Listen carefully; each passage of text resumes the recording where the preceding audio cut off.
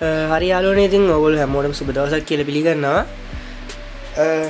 අද දැන් මම ඔයගොල්ලන්ට කියලා දෙන්න යන්නේ අපේ ඩ්‍රෝන් එකකට ඕන කරන ෆ්‍රේම් එකක් හදාගන්න විදිය. ඉතින් මේකෙදි මම ගොඩක් සරලව තමයි මේක හදන්නේ. මේක හදන්න තව ක්‍රම තියෙනවා. ඔයගොල්ලන්ට හිතන විදියට මේක හදන්න පුළුවන්. මම මෙතනදී පාවිච්චි කරන්නේ මේ වගේ මේ ලී පටි. මේ ලී පටි එච්චර බර නැහැ. හරිද? මට ඕන වෙන්නේ මේකට බර නැති ලී පටි. මොකද ඒක අපිට පහසුවක් වෙනවා මේ ඩ්‍රෝන් එක හැදුවට පස්සේ උඩ යවන්න. දැන් මෙතනදී මම පාවිච්චි කරන්නේ මේ ලී පටිනේ. මේක දැන් ටිකක් සාමාන්‍ය ඝනකමක් තියෙනවා. ඔයගොල්ලන්ට පේනවා. මොකද හයියට තියෙන්න ඕනේ. සාමාන්‍ය සෙන්ටිමීටර් එකකට වඩා ඝනකමයි. පළලක් තියෙනවා සෙන්ටිමීටර් 2ක් විතර. එතකොට මම මෙතනදී මෙහෙමයි මම ගත්තේ මේ දැන් ඔයගොල්ලෝ හදන ඩ්‍රෝන් එකේ සයිස් එකට තමයි මේක මේ පටි ටික කපා ගන්න ඕනේ. මම දැන් මේ පටි ටික කපාගෙන තියෙන්නේ. මම මෙතනදී මේ පටිය ගත්ත අඩියක්. එතකොට අඩියේ පටි දෙකක් තියෙනවා. සහ ඊළඟට මම මේක හදලා දිනවා. ඔයගොල්ලෝ පේනදී මෙතන මේ පොඩි කොටුවක් තියෙනවා. හන්දලා ඒ කියන්නේ මම කරේ දැන් මෙතන ඉඳන් මෙතනට තියෙන අඩියක්. මෙතන ඉඳන් මෙතනට තියෙන අඩියක්. දැන් මට ඕනේ මේ පටි දෙක මෙන්න මෙතනින් මෙහෙම හයි කරන්න. එතකොට ඔයගොල්ලෝ තේරෙනවා මම අර මෙතන මේ කොටුව ગેප් එකක් අයින් කරේ. එතකොට මෙන්න මේ පැත්තට තියෙන දුර සමාන වෙන්න තමයි මම මේක අයින් කරලා තියෙන්නේ. එහෙම ඊට පස්සේ මම කරන්නේ මෙන්න මේ විහිද චතුරස්‍ර තියලා එහෙම නැත්නම් ඔයගොල්ලෝ බුළු මට්ටමක් තියෙනවා නම් ඒක හරි තියලා මේක අංශක 90ට එන්න මේ විදිහට මේ තැන් බලලා ඊට පස්සේ හදා ගන්න ඕනේ. හරිද? දැන් මම මේක එක පැත්තක් තමයි හරියට කපා ගත්තේ. මෙන්න මේ පැත්ත. ඕක මෙහෙම තියලා මුලින්ම හදා ගන්න ඕනේ මේක හරියට අංශක 90ට එන්න. දැන් මම මුලින්ම මේ පැත්ත තමයි අලවන්නේ. එතකොට මේක තියලා මම දැන් මුලින්ම මෙතන බලනවා මෙතන මේ පැත්ත හරි අවුලක් නැහැ. ඊට පස්සේ මම මුලින්ම මේක නෝමල් අලෝ ගන්නවා. මේකට පොඩ්ඩක් මේ ස්ටේබල් තියෙන අලෝ ගන්නවා. මොකද නැත්තම් මට මේක ඉතුරු ටික කරගන්න බැරි වෙනවා. මේකට අපි විදලා ඇන දාලා ඊට පස්සේ මේක චුට්ටක් හදලා හදා ගන්න ඕනේ. ඒක කරන්න මුලින් අලෝ ගන්න ඕනේ චුට්ටක් අපිට මේක පහසුවෙන් හරව ගන්න පුළුවන් වෙන්න. අපි මුලින්ම අලෝ ගමු මේක දැන්.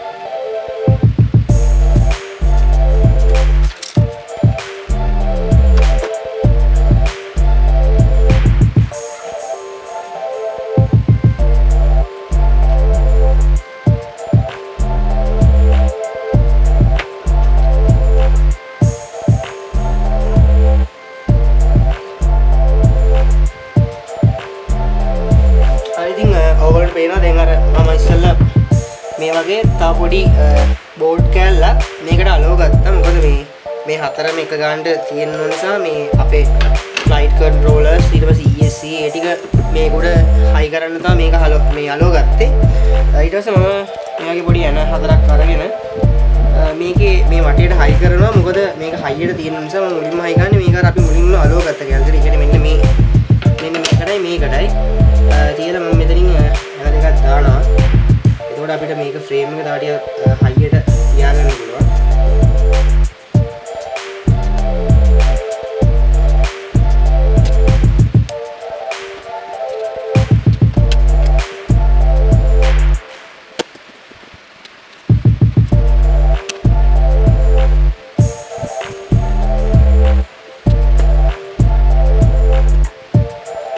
හරි ඉතින් යාළුවනේ මම මේකට මේ ටැංග් වලට දාගත්තා ස්ක්‍රූ හතරක්.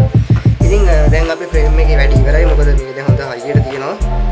කිසි අවුලක් වෙන්නේ නැහැ. ඕගොල්ලන්ට ඕන නම් මේකට අර මෙහෙම ඉස්සෙල්ලා තියෙන මේක යටින් මෙහෙම මොන හරි කෑලි හතරක් හයි කරන්න පුළුවන්. මම මේක හයි කරන්නේ නැහැ.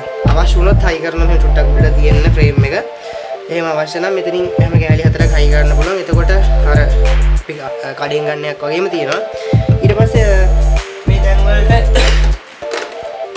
ඔයගොල්ලෝ පුළුවන් මෝටර් සයි කරන්න මේ විදිහට අයින්ට. ඒ තැන් වලට තියලා මෙතනින් මාක් කරගෙන මෙතනින් විදලා ඩ්‍රිල් එකෙන් විදලා මෙතෙන්ට යන දාන්න පුළුවන්. දාලා මේ තැන් වලට මෝටර් සයි කරන්න පුළුවන්. ඊට පස්සේ ESC එක මේ තැන් වලින් හයි කරන්න පුළුවන්. ඒ විදිහට තමයි අපිට මේක පාවිච්චි කරන්න වෙන්නේ. ඉතින් වීඩියෝ එක හොඳයි කියලා හිතනවා නම් අනිවාර්යෙන් ලයික් එකක් දාන්න. අදහස් කමෙන්ට් එකකුත් දාන්න. එහෙනම් අපි අලුත් වීඩියෝ එකකින් හම්බෙමු. හැමෝටම සුබ දවසක්.